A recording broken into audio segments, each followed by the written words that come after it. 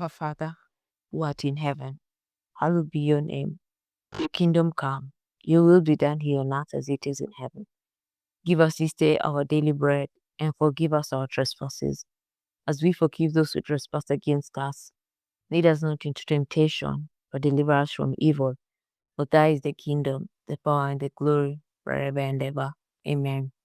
Hey, Dad, we are reading Job chapter 32 to 33 and 1 Corinthians chapter 11, verses 1 to 16. Job chapter 32. Elihu contradicts Job's friends.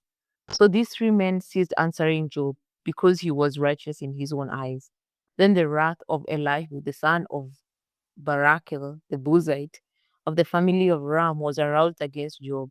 His wrath was aroused because he justified himself rather than God. Also against his three friends, his wrath was aroused because they had found no answer and yet had condemned Job. Now because they were years older than he, Elihu had waited to speak to Job. When Elihu saw that there was no answer in the mouth of these three men, his wrath was aroused. So Elihu, the son of Barachel, the Buzite, answered and said, I am young in years, and you are very old. Therefore I was afraid, and dared not declare my opinion to you. I said, age should speak, and multitude of years should teach wisdom.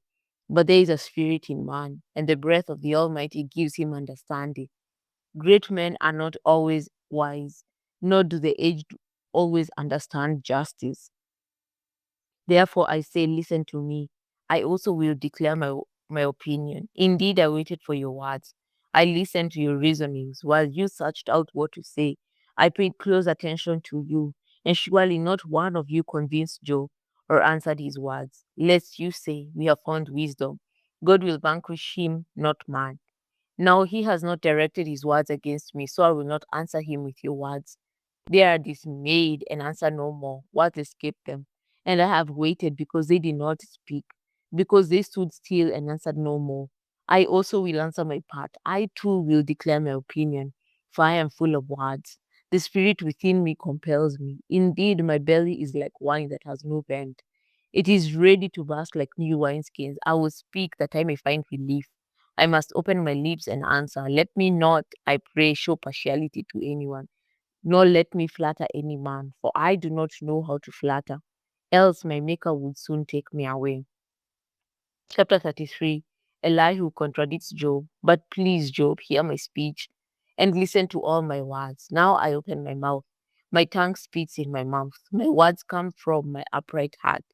My lips utter pure knowledge. The Spirit of God has made me, and the breath of the Almighty gives me life. If you can answer me, set your words in order before me. Take your stand. Truly I am as your spokesman before God. I also have been formed out of clay. Surely no fear of me will terrify you, nor will my hand be heavy on you.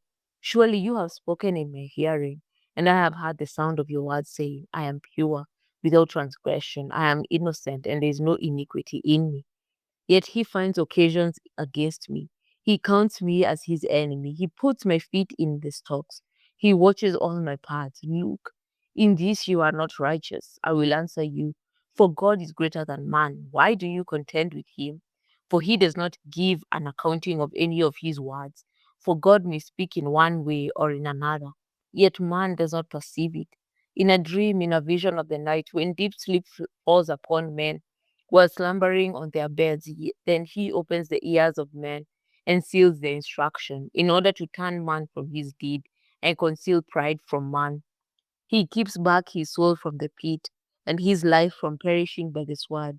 Man is also chastened with pain on his bed, and with strong pain in many of his bones, so that his life harbors bread, and his soul succulent food.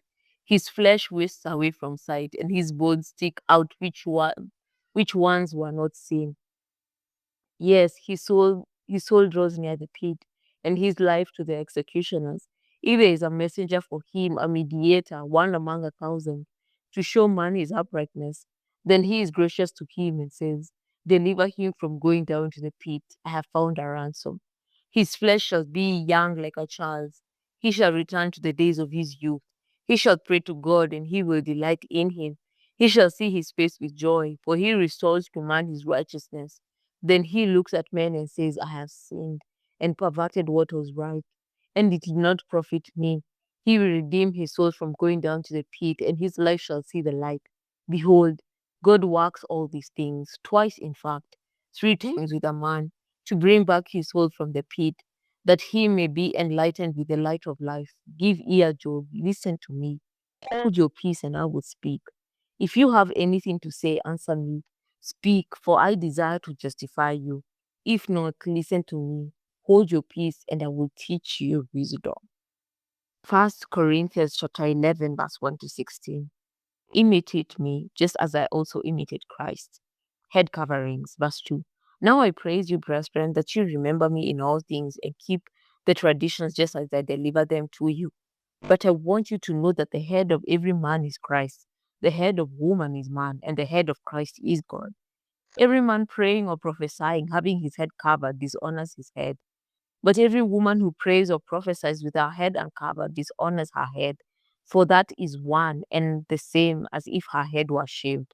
For if a woman is not covered, let her also be shorn.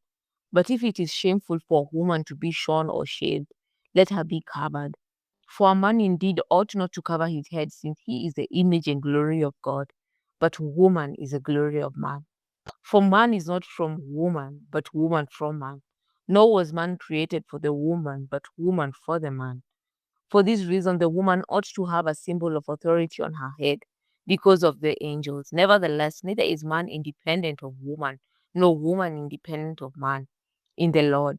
For as woman came from man, even so man also comes through woman, but all things are from God. Judge among yourselves. Is it proper for a woman to pray to God with her head uncovered? Does not even nature itself teach you that if a man has long hair, it is a dishonor to him?